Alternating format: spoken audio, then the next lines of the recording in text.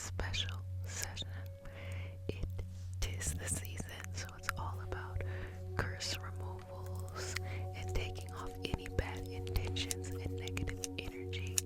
And I think that this is the perfect time to do that kind of cleansing. So if you're new to the community, welcome babies. You are now one of my babies, and recently you are now one of my jellyfish, okay? So if you're new, you get one kiss on the forelock, so come. Mama loves you. And if you're returning, what do you get? Multiple kisses. Mama loves you. Okay. So we start our session off with a prayer. It's not a religious prayer. It's just a prayer to root us in our individual healing experience and bring us together as a community and as a collective. And because consent matters, do I have your permission to say a prayer? Okay, let's get started. Come. Take a deep breath in. Exhale, release. Dear universe, and all for the highest vibrational good only, please connect us to our highest self and validate information for our highest good only. Please allow us to release what we need to let go and embrace what allows us to grow. Let our journey encompass the lineages, traditions, religions, and spiritual paths that bring light out through us to share with others. I say all of this in the name of I am. Ashe. Okay, so as we begin, just take a couple breaths here. And I want you to just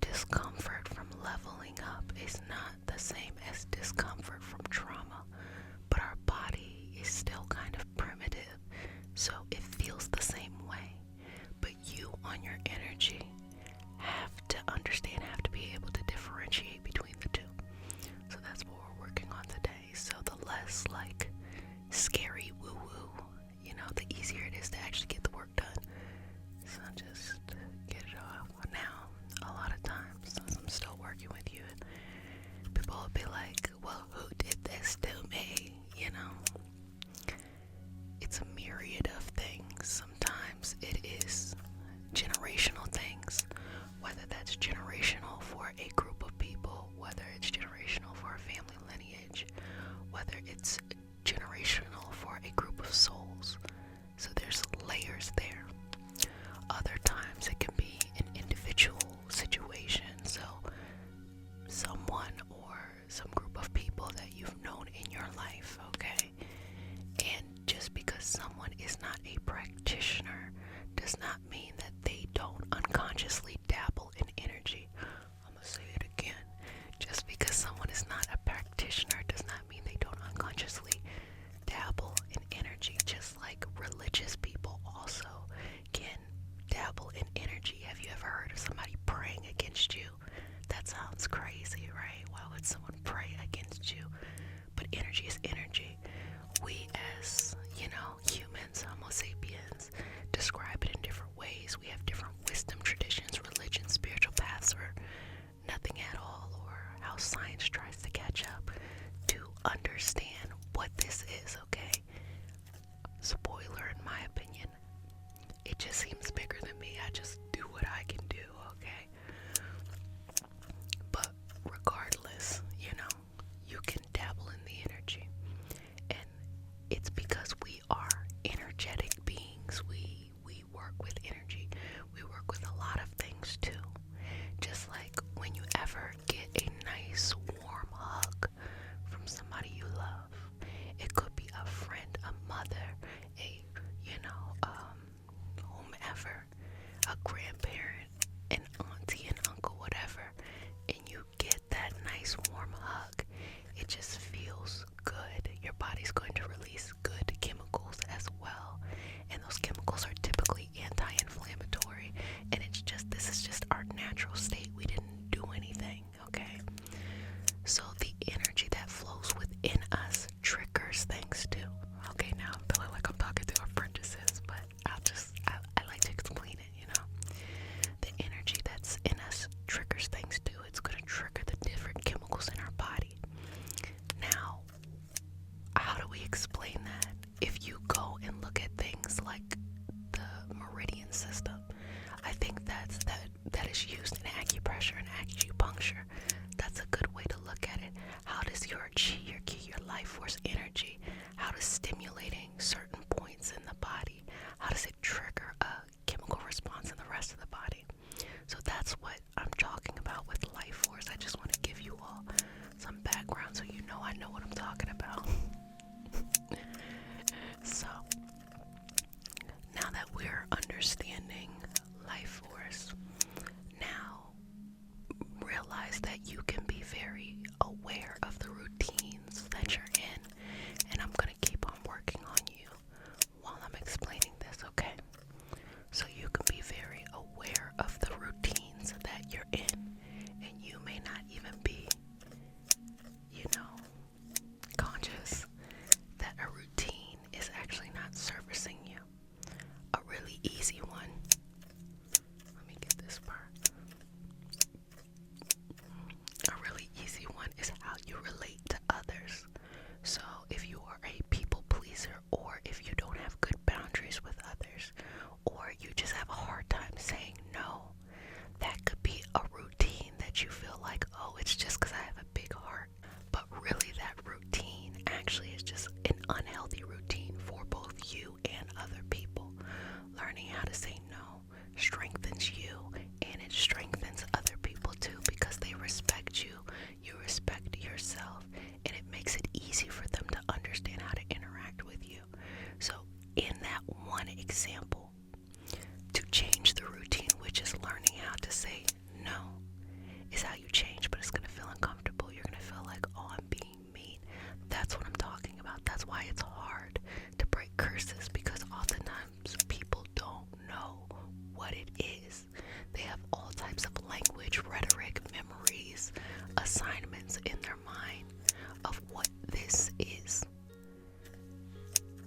And if you get used to it for a long enough time, you get familiar and you start to sympathize with it. So it's just that kind of energy. So you see how that's like a little level. Now a big level, because people who get to the point where they want to come to see me, they're overwhelmed. They have a lot of life stuff. And from what I've noticed is it mostly stems from a lot of unhealed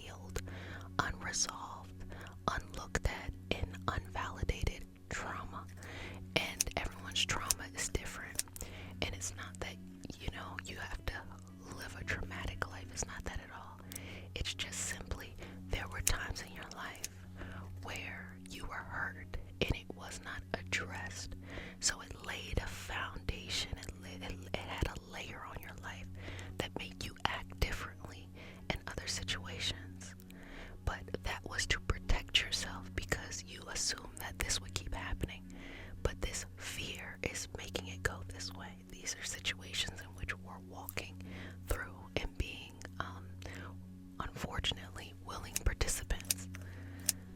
So, being able to walk backwards, for some people it's analyzing. For other people, they're just like, I just want to change the routine. Whichever is best for you is completely fine, you know. I've changed over the years where I used to think you gotta understand and da-da-da. Now I'm just like, if you're willing and you make peace with it, it is what it is. So you are able to see whatever this thing is, and you validate it now. You see yourself as a young child, or you see yourself, even if you weren't young at this time, you see yourself in whatever the situation is, okay? And you see the wisdom, the understanding, the perspective, the macro view you have now, and go into those situations as you are now. So you would do this in a meditative state or a channeling state. So those are for more of my practitioners who know how to channel, but let's say for most people, it'll be a meditative state, and go to yourself when you were there and protect yourself and make the changes. Sometimes it's you outside of yourself, other times it's you coming into that life and make the changes. And you have to do that over and over and over again. So that's why a meditation practice can be healthy, even if it's just 5 minutes a day. I've actually been saying this for over 10 years, especially when I used to lead meditation groups. I've been leading meditation groups for over, now it's like 17 years. Oh my gosh, time is flying. Oh my gosh, I think it's more than 17 years. 15, 16, 17, 18, 19. It's been 19 years, wow. Where does the time go? Especially since a lot of y'all think I'm 19, so, you know, I can't beat the vampire allegations, right? I'm just kidding. But am I? I'm just kidding. Anyway, but yes, going back, and going into a meditative state and seeing yourself, that is going to help you deal with the emotions that come up, okay? Now, externally, what you do is you change the habit. The habit is, you already know what it's going to be, and you think you don't, but you do. The reason why you know what it's going to be is because it's whatever you're complaining about. I felt overwhelmed. I felt that I'm left behind. I felt like nothing I do works out. Da, da, da, da, da, da, da. Okay, now go drill that down. The last time you tried to do something and it didn't work out, why? Well, when I started doing it, I started feeling so overwhelmed. Okay, was it the stuff that you were doing that was hard, or you just felt inside overwhelmed? Well, when you think about it, it wasn't that hard or impossible, but I feel like something's on me that's preventing me from moving forward. Okay, we're getting somewhere. Okay, so we know that whatever it is you can actually do, but you feel this weight on you when you try to do it. Okay, we're gonna move forward from there. So you feel this weight on you. Do you trust your decision in doing this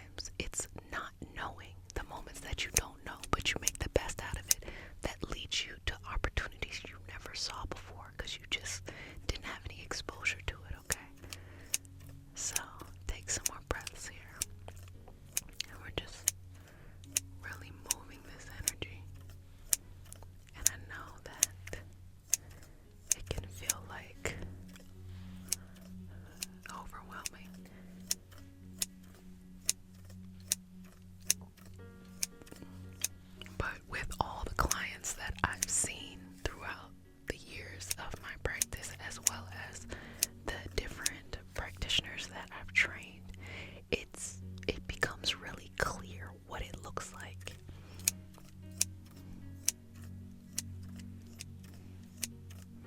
And not even just working with clients or working with practitioners, working on myself. I say it all the time, you know. I say it to my apprentices, you are your first client. And to always be a forever student, always learning, always understanding, you're going to be continuing to grow and go through the process of life throughout all of life. You know, there's no time where you know everything or you need to know everything to be successful. So just keep going, okay? And I've learned it with my own life. Oh, you know, sometimes it's kind of tough being a practitioner, and I find that over the years, I tend to do less esoteric work. The less, the better. And I think it's because sometimes I can see a shift coming in my life, and it will require, I'll say sacrifice, but really it's just a transition. And so maybe the transition like really throws me off in some area, because when you cleanse out, you make room for things to come in. Things aren't just waiting at the door, and then as you are opening it, it rushes in, and then no, you're cleansing out and things are slowly coming in. So that feeling of losing, okay, maybe in places that you've outgrown but you need to let go of, but are sentimental to you, losing that in order to be open to the next chapter that is unknown, a higher experience, a higher existence for yourself, but it's unknown. It's things you will grow to love that you don't even know about. So that feeling of loss sometimes is really hard for me. So a lot of times in my life, I will do not too much esoteric work, because I'm like, you know what? If it's gonna come, let it come. Knowing that it's coming is kind of tough mentally. And I guess that's for any practitioner. You're like, oh, I had this one transition in my life where I was like, this is weird. Why is this? You know, just little things, right? And then I sat in a channeling state, and it all came to me. And I was like, oh. I was like, oh man, I gotta go do this work. Okay, well, because I was like, well, I'm happy where I'm at, but it was like, there's more. I was like, but no, I'm good right here. But it's like, no, there's more, you know? And I knew not to fight against it, because when you fight against that, that's when those things that used to be blessings start to look like curses, or start to look like just energy that's no longer where you need to be. And I said, okay, I surrender. I appreciate where I'm at now. I make peace with. That's where I just needed to be at that time, and I'm gonna move forward. And I'm so glad I did. When I look back, I was like, girl, what was you on? You know, like you were on 1, 2, 3, and 4. Like, but in that moment, I was very happy. You know, very happy. But I had to do some work for bigger things, but much bigger things. So it's like, oh, okay. And it was tough. The work was tough. I didn't know what I was doing. I didn't know why I was being asked to do it.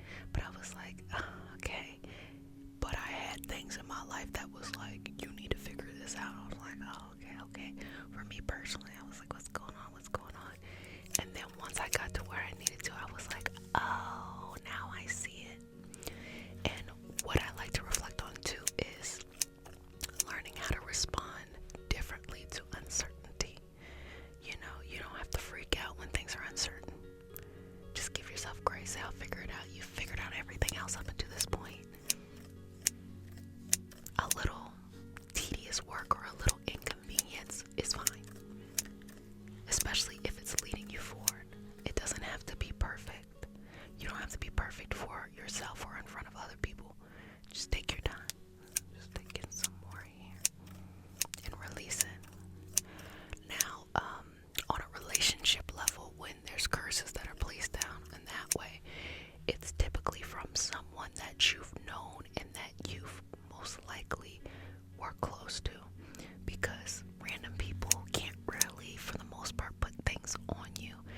because there has to be an openness, and we're not going to just be open to random people. There are some people who have like boundary issues, and they're just like, you can see their energies all over the place. But for the most part, if you feel like someone put something on you, it comes in situations of family, relationships, romantic relationships, and very, very close friends.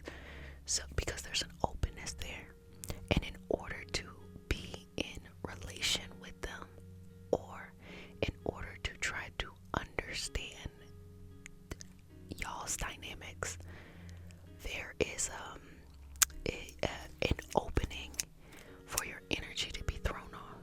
Because oftentimes in an everyday setting, if somebody is reckless with our boundaries, we'll never have to talk to them again, or we'll be like no, or whatever. But when it's someone that's close to you, you have to learn how to communicate so that you all can get in a better position. But it takes two, you know. No one person should be in control of everything, and it's communication on both ends. So what happens when the other person in communication and what they say, their actions, their consistency, and how they live their life, how you live your life, what happens when the other person is not as willing? Because it doesn't make a person evil, it just means that a lot of people are going through a lot of things in their life. So what happens when, you know, they're not willing and you have to deal with it? What happens if this is your spouse, if this is your long-term relationship, if this is your close family member, if this is your best friend, if this is your kid, if this, whomever this is, what happens then? That's where it starts to get thrown off. And the best thing that you can do is do what is best for the situation, which is, okay, we need to have this or that better, but you do it by making changes in your life. You can never force anyone to do what you want them to do. Make changes in your life.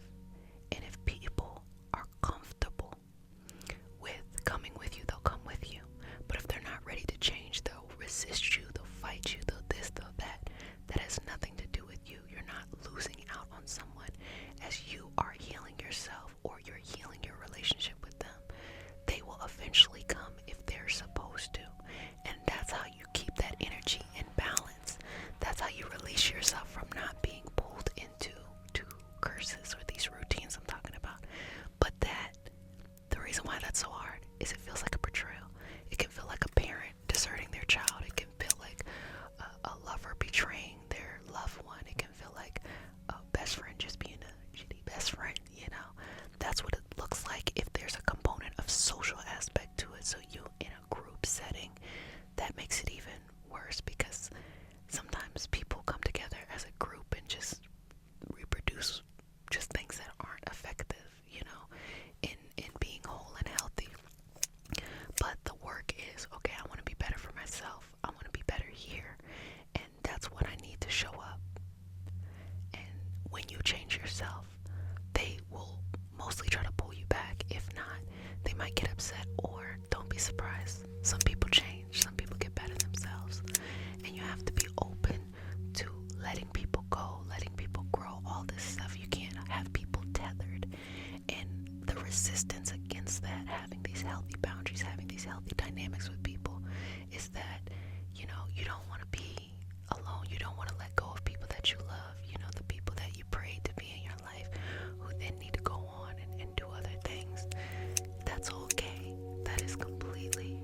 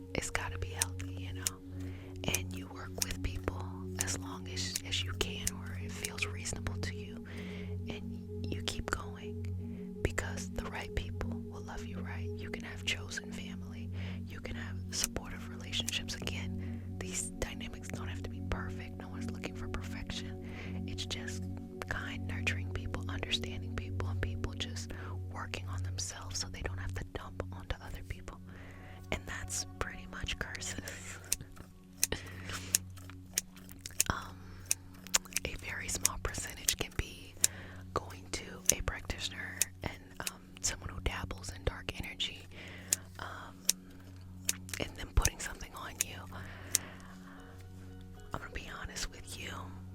It doesn't happen as much as people think. Doesn't mean it doesn't happen, but it's very expensive. It's extremely expensive. And for anyone who's like, oh, I'll do this for you for $250, we talking about a couple G's, baby, okay? Because to dabble in that kind of energy, it comes back to the practitioner. So those people are, that's a conversation for the apprentices, because we have our voodoo workshop coming up. But that energy that comes to you, what you put out into the universe, you receive. So if you dabble in that energy, it'll come back. So for it to be worth it for someone, it's going to be very expensive. Now people can try, they try to do stuff all the time, and of course if they were close to you, there's going to be an opening. But what you typically see in the person who put it on, their life typically goes into shambles. Like they're trying to hurt somebody else and their life goes into shambles. So it's not always that. There could be family things, there could be generational things, yes, but no matter how any of this came to you, you can break it. I'm telling you, the top way to break any curse, is slow consistency over time, over 5-10 years of just, okay, I'm just like what I was talking about. No one has the energy to keep up with that on both sides. No one feels that they're worth it enough to do it, and on the other side, no one has the energy to keep up with it because they can't see. If you don't really pull back, they can't really see. And that's free 99. You could do that yourself, but you gotta feel that you're worth it to do it.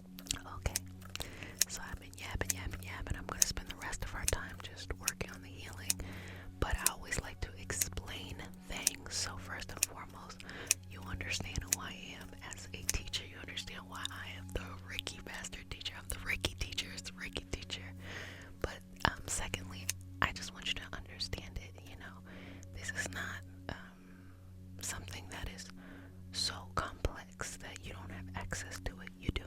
Well, babies, you've done a fantabulous job. I hope that you are feeling release, relief, and confident in your path moving forward. Let go. These things cannot define you, and you're still going to be moving forward in your life. Just be consistent with yourself. So, if no one has said it, let me go ahead and say it to you. Love you, love you, love you, but make sure you love yourself each and every day. And if you stayed for the whole session, you are now one of my babies. So